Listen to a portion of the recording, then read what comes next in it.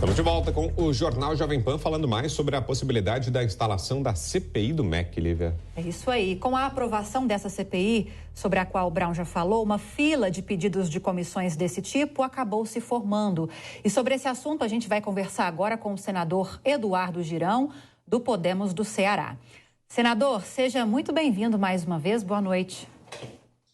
Gratidão, Lívia, Vitor, também Ricardo Salles, Roberto Mota, uma honra, uma alegria estar participando novamente com vocês nessa emissora verdadeiramente independente que é a Jovem Pan.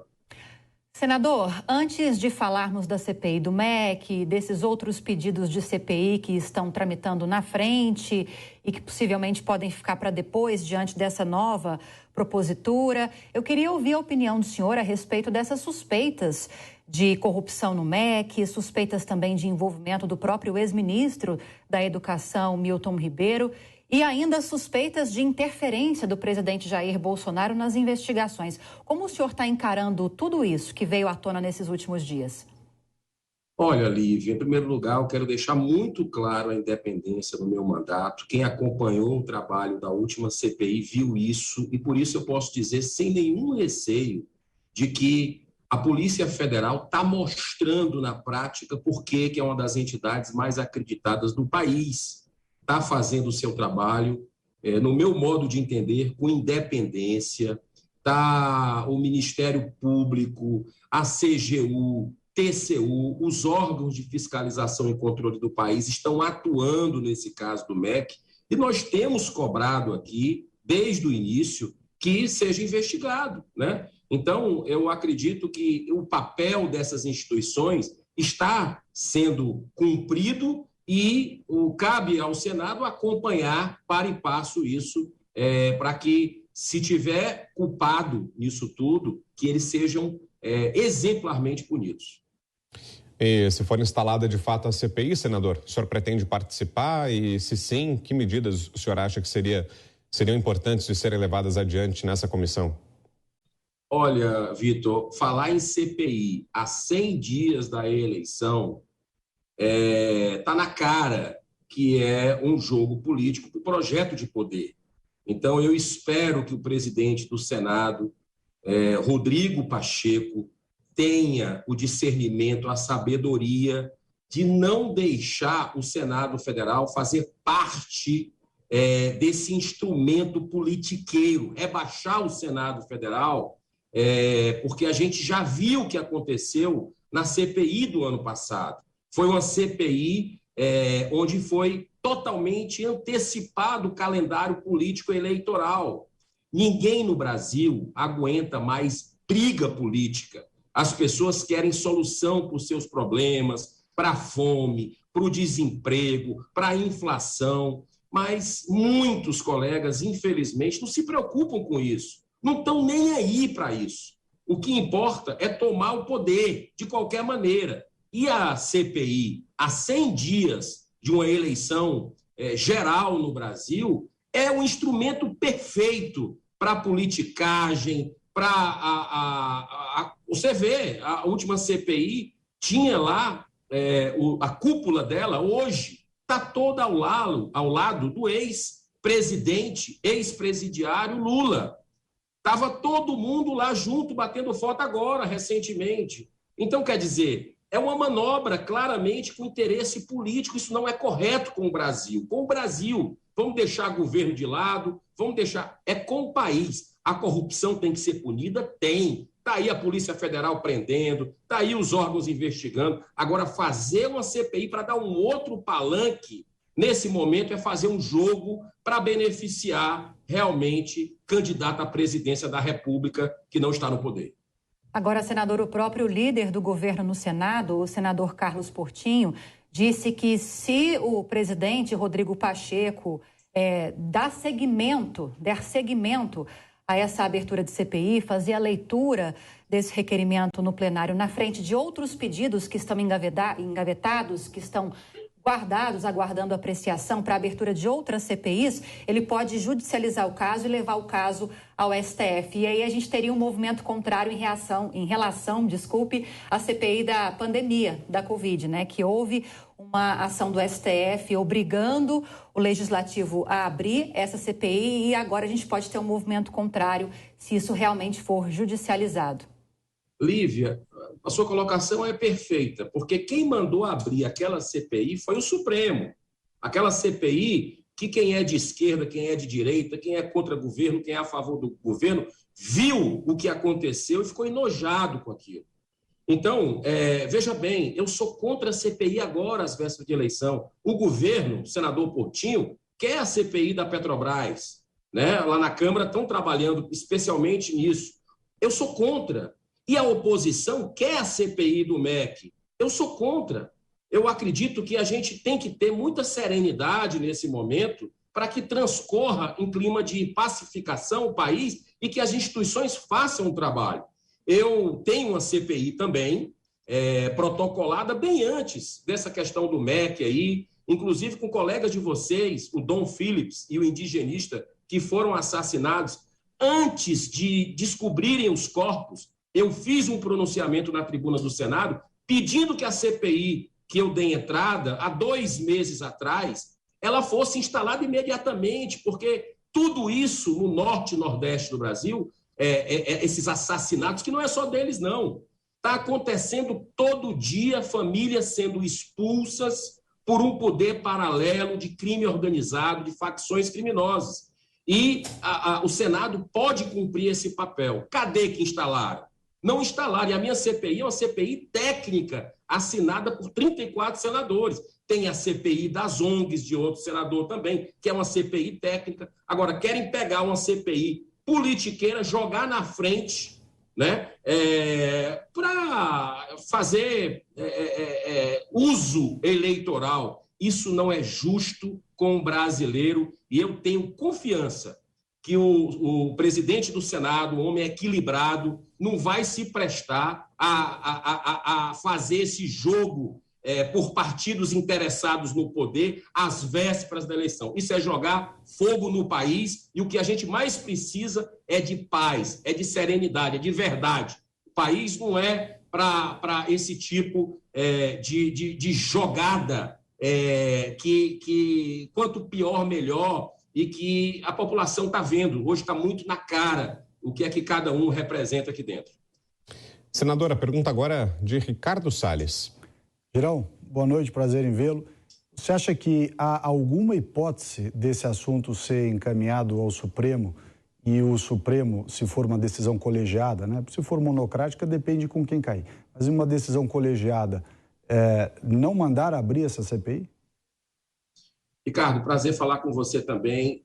O Supremo Tribunal Federal, no meu modo de entender, respeito quem pensa diferente, com o ativismo crescente que a gente vê lá, de todas as formas, o brasileiro de bem está estarrecido com a nossa Suprema Corte, eu não duvido nada do que venha lá. Eu só não quero que o Senado, que a gente faz parte, que o povo do Ceará me colocou, de outros estados colocaram outros colegas, se preste a um papel de, na véspera da eleição, depois de tudo que a gente viu no ano passado, que não quiseram investigar nada, que blindaram, Ricardo Salles, e você que está nos assistindo na Jovem Pan, blindaram até plano de saúde. Todo mundo viu isso e agora o plano de saúde está doando lá para o PT. Quer dizer, se fizeram isso no ano passado, tu imagina o que é que eles vão fazer agora numa CPI dessa que tem cara, DNA, jeito, tudo de eleitoreiro. Então, assim, combate à corrupção? É combate à corrupção. Temos que fazer, as instituições estão fazendo isso e nós estamos cobrando. Agora, paciência, né? Já deu o que tinha que dar esse festival no ano passado. Agora, do Supremo Tribunal Federal, quem vai colocar digital com a militância que tem lá, aí coloca, a população está vendo, eles não andam de avião, eles não vão em mercado, não vão em nada, vivem numa bolha, mas eu acredito que tem um pouco de juízo para não mandar de novo o Congresso Nacional interferir na nossa competência aqui para mandar abrir uma CPI eleitoreira. Roberto Mota. Senador, boa noite. O senhor acha que o ativismo judicial está interferindo no equilíbrio dos poderes e afetando a independência do Congresso? Roberto, eu não tenho a menor dúvida, tanto é que semana passada nós conseguimos uma grande vitória aqui, já que no plenário do Senado não foi possível, né, fazer a avaliação de um requerimento para ouvir os ministros sobre esses inquéritos aí de fake news, que eles que dizem que é fake news, e de atos antidemocráticos, que eles que dizem que sem nenhuma base, onde ele julga, onde o mesmo que faz a questão aí, todo o processo de análise, que a vítima são eles mesmos, ou seja, uma coisa que não tem nenhuma base legal, totalmente inconstitucional, mas eles fazem na marra. Então, nós conseguimos uma grande vitória, Roberto, que foi aprovar um requerimento semana passada na Comissão de Transparência e Fiscalização do Senado para ouvir ministros como Barroso, o Alexandre de Moraes e outros grandes juristas como Ives Ganda Martins, o ex-ministro Francisco Rezec e outros do país, para que a gente possa ver o que está acontecendo, porque o ativismo está insuportável. Está insuportável, eles legislam muitas vezes em nosso lugar, manda abrir CPI, faz o que querem com o país. Então, passou. Semana que vem, eu espero sinceramente que a gente possa aqui receber os ministros, que eles não deixem de vir ao Senado para esclarecer para os senadores, para os juristas e para a sociedade sobre por que estão fazendo isso no Brasil. Agora, senador, como é que o senhor imagina a configuração dessa possível CPI? Feitas todas essas ressalvas que o senhor fez, vimos aí que o senhor é bastante crítico à instalação dessa comissão, mas se de fato sair do papel essa CPI, como é que seria? Os personagens seriam mais ou menos os mesmos que vimos em destaque na CPI da Covid, lembrando que muitos deles agora estão envoltos com as eleições, como o senhor mesmo ressaltou, mas como é que o senhor imagina que seria essa CPI? E a composição seria mais ou menos parecida com a que tivemos na CPI da Covid, com o governo em minoria, com os opositores sendo maioria no colegiado, senador? Olha, Vitor, para te dar uma resposta assim, do fundo do meu coração, eu não quero nem imaginar que vai ter uma CPI dessa há 100 dias. Isso é uma sabotagem completa com o país, sabe? Então, eu espero um mínimo de bom senso dos colegas senadores com relação a isso. É claro que se eles resolverem empurrar goela abaixo uma CPI dessa, uma coisa que vai ser mal vista por quem tem um mínimo de serenidade, né, de bom senso. Claro que quem está na campanha já aí, que muitos senadores já estão em campanha, ajudando correligionários, ou eles mesmos em campanha de reeleição para governo, enfim, que vai gente voltar, vão escalar quem tiver que escalar, para não perder um segundo de uma parte da grande mídia que se abastece disso, que precisa disso para desgastar o atual governo. Eu tenho críticas ao atual governo, muitas críticas, sempre deixei isso claro, mas eu não acho justo com o Brasil você, em nome de um projeto de poder, colocar o país na berlinda, que está saindo de uma pandemia, com muitos problemas, para desgastar um governo, para ganhar uma eleição. E isso o jogo é esse. Vamos falar abertamente. A estratégia é essa, é sangrar um governo porque querem tirar de qualquer maneira. Então, por mais que eu discorde do governo, eu não acho isso correto com o Brasil.